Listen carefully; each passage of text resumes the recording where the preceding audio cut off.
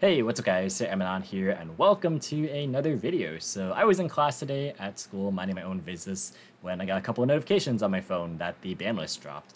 And I had classes on campus for the next like 5 hours or so, and I just got back home. So this isn't going to be a reaction video by any means. I already looked at the ban list, just gonna say that right straight up.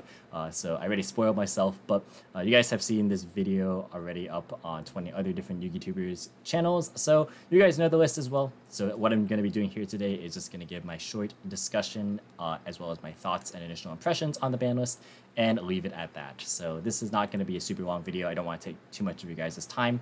So let's just go ahead and get right into it. I will say if you guys want to stay tuned to the end for some small life updates, because again, it's been another 2 weeks since I last uploaded. Be sure to stick around for that because I got to do something about the fact that I'm just way too busy this semester in particular. But let's go ahead and get started with the thing you came here for, which is the Yu-Gi-Oh! Related content. So the first and the only ban on the list here is going to be Zoodiac Barrage. A pretty unexpected change, I think, but not necessarily an unwelcome one. I think this is a nice way to eliminate the one of Saki extender in the Tri-Brigade Zoo deck, and in order to incorporate the Zoo engine now, because this is banned and Tenki has gone to 1, of course, you have to play a larger density of Zoodiac names, which competes for your normal summon, unless if you open well enough to go into Farid. And one of the best ways to go into Farid was to, do things like open Barrage or open Rats. So I think that this is a pretty interesting way to hit Tri-Brigade Zoo in particular, and for pure Zoo players, I'm so sorry. But yeah, I wonder if people, I guess, shift to pure Tri-Brigade or like the Rescue Cat engine as they did previously. But this is a pretty interesting hit for sure. People were kind of clamoring for Imperial Order to be hit as well, from what I could tell. And I didn't really think that they would hit it personally, just because it's been such a problem for such a long time. I don't know. I found it kind of weird that people were complaining about it more now in particular than they did during, say, like Striker format, for instance. But I mean, of course, the card's not fair. I'm not going to defend the card, but at the same time, it's been around for like, what, 4 years now. I doubt I doubt it's going to get hit at this point in time, but maybe I could be proven wrong next list. But anyways, carrying on here, we have the next hit, or the next limitation, I should say, which is Ava going to 1.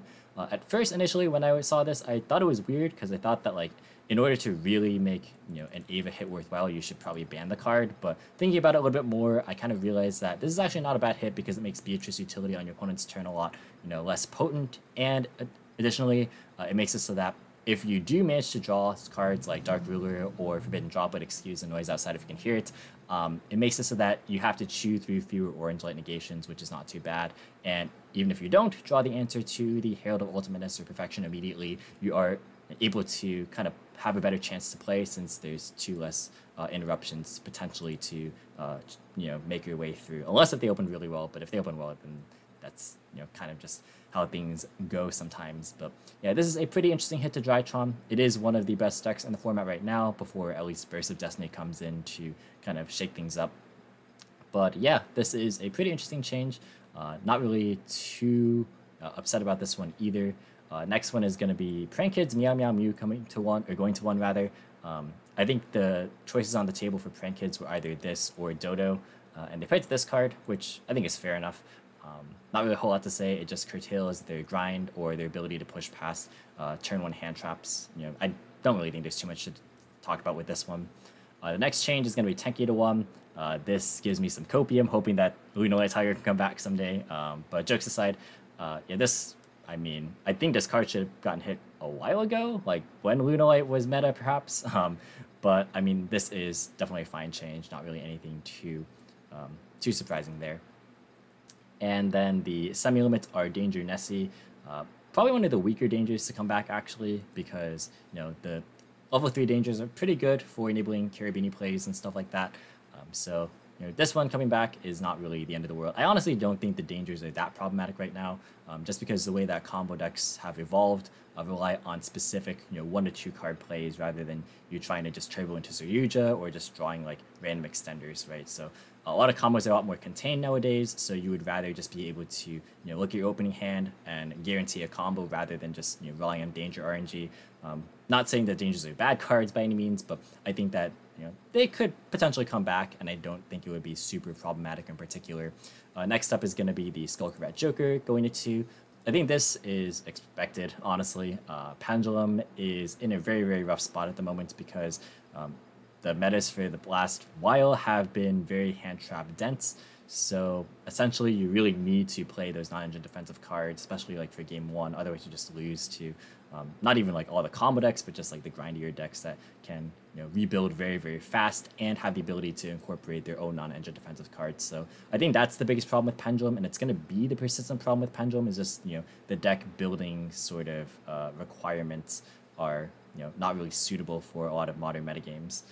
And then we have Emergency Teleport coming to 2, which is one of the most interesting changes on the list, I think, just because Virtual World certainly does enjoy having the additional extender that doesn't involve the normal summon to commit. So this alongside Kowloon and even maybe Hard Drawn Qinglong with like 2 names, for example, allows you to combo much more reliably rather than having your normal summon get Book a Moon or bounced and you just instantly lose the game. So this card for VW definitely is nice, and VW didn't receive any indirect hits on this list, so that's pretty interesting. I don't think it'll be the best deck necessarily, but it definitely is something to watch out for. And then finally is going to be Double Iris Magician coming to 3. Definitely fair enough. I don't even think that the Magicians specifically are the best way to play Pendulum. Although I'm not an expert on that, you can check out other resources.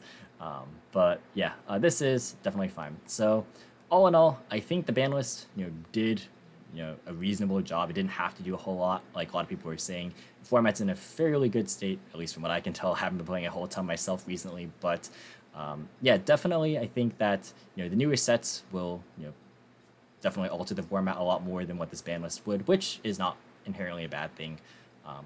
I would like to see more stuff come off just in general to make the game a little bit more dynamic and potentially more interesting, but I understand Konami's reservations on that, so I will leave that to their discretion. But that's going to be it for the video, guys, and now just for a couple of quick updates if you guys are still around. I'm surprised this video is 7 minutes, wow. But yeah, all I really wanted to say is that I'm super busy this semester.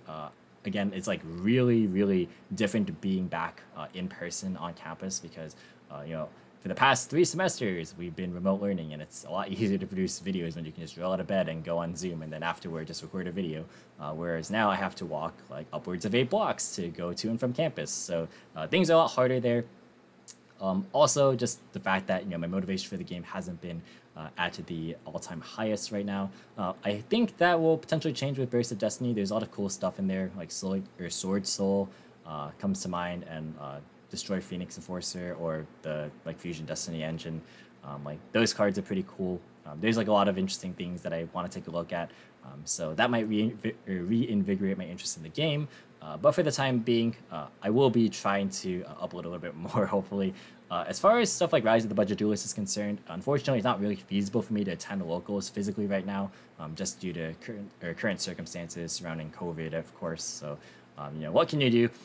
I am trying to work on a remote duel setup. My dorm here, or my apartment rather, I'm not living on campus, but I'm living in an apartment. It is pretty small, however, so I'm not able to accommodate a lot of space. I'm still working on trying to move things around and setting things up in the best way that I can. But yeah, right now my focus is certainly on just finishing this semester because it's my last one, so we'll be graduating, and then I'll figure stuff out after that. But yeah, I want to thank you guys for sticking with me. I really do appreciate it. And with that said, that's going to be it. So thank you so much for watching. Take care, and I'll catch you in the next video. See you guys.